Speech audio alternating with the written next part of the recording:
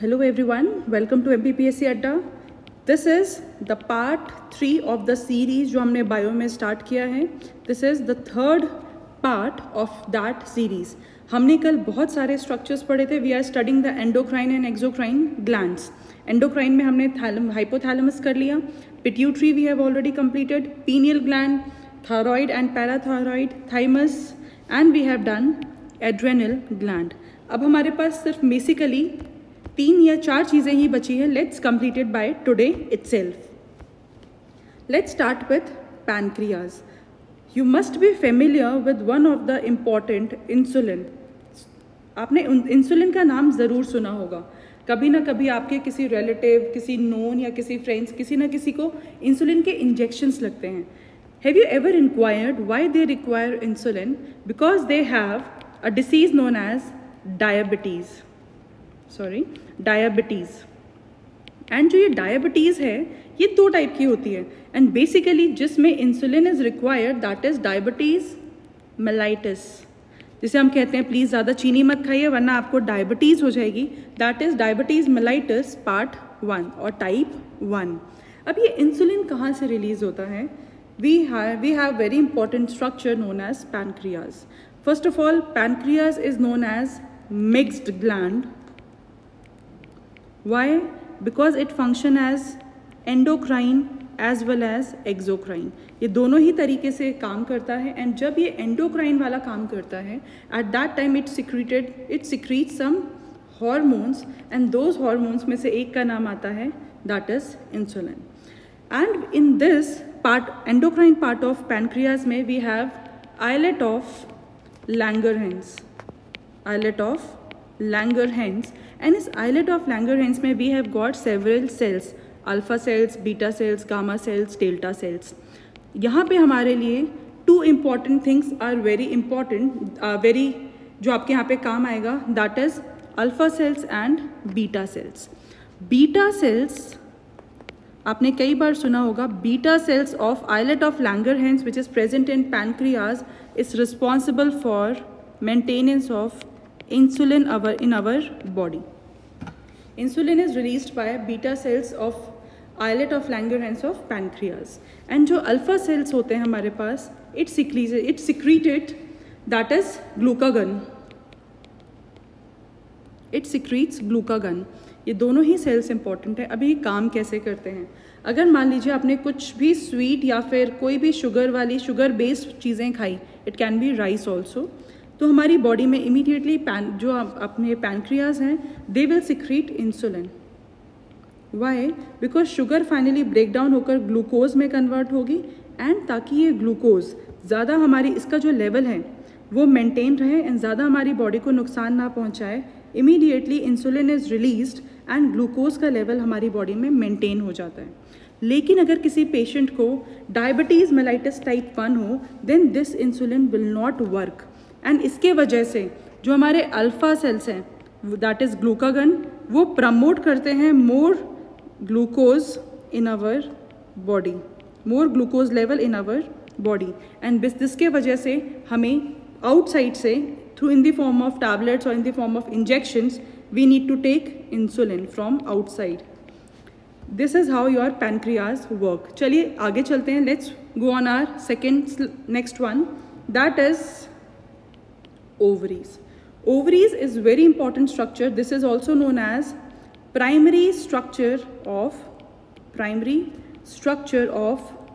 female reproductive organ. आप सबने इसका नाम सुना होगा. हो सकता है आपसे डायरेक्टली क्वेश्चन आ जाए ovary is related to which part, then your answer should be female reproductive system. As you can see, let's discuss a brief about it. यहाँ पे हमारे पास ओवरीज प्रेजेंट हैं. We have got a pair of ovaries. यहाँ पे हमारे पास एक structure type of thing present है, tube type of thing. This is known as fallopian tube and this is the uterus of female. This is the cervix and this is the vagina. जब हमारे यहाँ पे ovary में हमारे पास कितने number of eggs is already decided and ये यहाँ पे प्रेजेंट होता है. Ovary releases egg. एक टाइम पर आपने सुना होगा there is a concept known as menstrual cycle.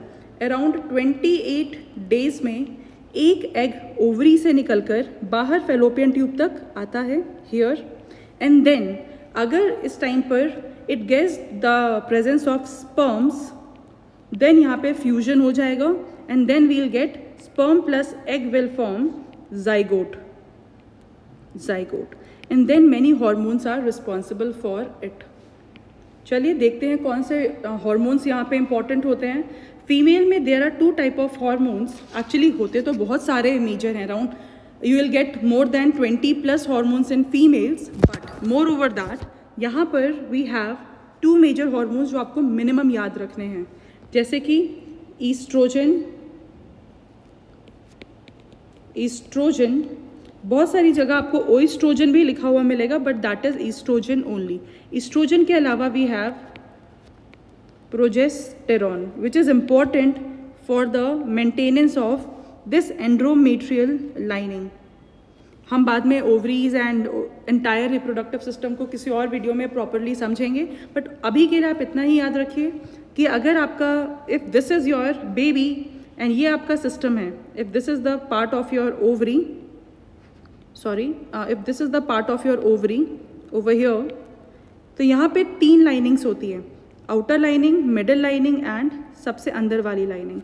अब जब फीमेल को पीरियड्स आते हैं तब उनकी सबसे अंदर वाली लाइनिंग निकल जाती है आफ्टर 28 डेज, एंड अगर बाई चांस यहाँ पे फ्यूजन हो जाता है एंड जाइगोट फॉर्म हो जाता है, at that time this inner lining do not slough off, और उन्हें पीरियड्स नहीं आते हैं for remaining time only because of this progesterone hormone.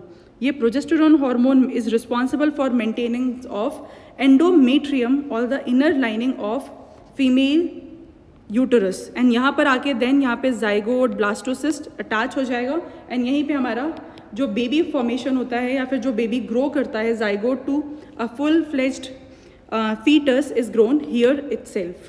चलिए आगे चलते हैं. We have placenta. हमने अभी ओवरी की बात की थी. मस्ट हैव सीन कि अब बेबी आप इस फोटोग्राफ में देख सकते हैं. We have a full grown baby here. यहाँ पे there is a brown type of structure. This is known as placenta. Please, and जो आपको यहाँ पे कुछ cord type of structure दिख रहा है, this is umbilical cord. This is umbilical cord and placenta is attached to the baby through this umbilical cord only. Mother से जो भी न्यूट्रिशन या जो भी वेस्ट प्रोडक्ट एक्सचेंज होते हैं फ्रॉम मदर टू बेबी और baby to mother, it happens through this placenta. Then placenta आगे अम्बिलाइकल कॉर्ड में भेजती है, देन अम्बिलाइकल कॉर्ड से बेबी के पास आता है. बेबी अपना सारा यूज़ करके यूजफुल प्रोडक्ट को यूज़ करके बाकी चीज़ें एक्सक्रीट कर देता है again to the mother using umbilical cord and placenta. Once a baby is completely formed, जैसे ही बेबी कम्प्लीटली फॉर्म हो जाता है, it sends signals through this placenta कि please now I am fully grown and ready to come out to this new world. It happens. और placenta कौन से hormone release करता है? दैट इज़ रिलैक्सिन, कि अब आप प्लीज़ मुझे बाहर लेकर आइए. इसके अलावा और भी बहुत सारे हार्मोन्स हैं, बट आपको अभी यहाँ पे ये चीज़ याद रखनी है. चलिए आगे चलते हैं. We have testicles. This is also known as testis, and this testis is the, again हमने देखा था ovary is a primary reproductive organ of female. Testis is primary reproductive organ of male. Primary reproductive organ है ये mail का, and it secretes one of the very important hormone, that is androgen. पर androgen कहाँ से release होता है? आपने हम जैसे मैंने आपको स्टार्टिंग में कुछ स्लाइड्स दिखाई थी जहाँ पे आपको बताया था कुछ क्वेश्चंस आ रहे हैं, तो same thing happens here also. हम देखते हैं how the androgen is released. Can you see here, यहाँ पे दिस इज टेस्टिस. टेस्टिस के ऊपर एक मोटा टाइप का एक स्ट्रक्चर है, this is known as epididymis, and epididymis से this is vast difference, and then आगे और भी ऊपर चीज़ें जाती है. अगर if I talk about testis में we have got seminiferous tubule. We have several seminiferous tubules.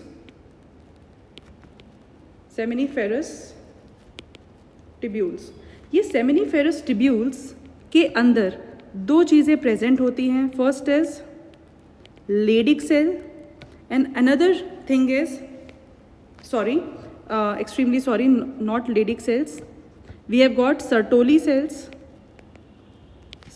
cells, and extremely sorry for it, this is male germ cell. और जो ये मेल जर्म सेल्स होते हैं ये रिस्पॉन्सिबल होते हैं for the formation of your sperms. लेकिन जब स्पर्म फॉर्म होता है at that time we require कि इस स्पर्म को न्यूट्रिशन मिलता रहे, and that nutrition is secreted by Sertoli cells. Sertoli cells sperms को न्यूट्रिशन देती है ताकि स्पर्म्स फुली मैच्योर स्पर्म्स बन पाएँ. But where I have talked about one cell जिसे गलती से हमने यहाँ पे डिस्कस कर लिया था. अगर हमारे पास ये just appreciate this is a seminiferous tubule. Seminiferous tubule से बाहर देयर इज सम स्पेस जहाँ पे मैं शेडिंग कर रही हूँ right now. This is known as interstitial area और इंटरस्टिशियल स्पेस. इस खाली जगह पर जो सेल्स प्रेजेंट होते हैं we call it as interstitial cells. बिल्कुल इसी के नाम पर है interstitial cells. And this interstitial cells are also known as Leydig cells. Yes, this Leydig cells is present outside and in this location. Seminiferous tubule के बाहर होते हैं Leydig cell और interstitial cell. और यही Leydig cell हैं जो आपके एंड्रोजन को रिलीज करते हैं. Don't get confused anyhow. We have Sertoli cells, male germ cell and Leydig cell.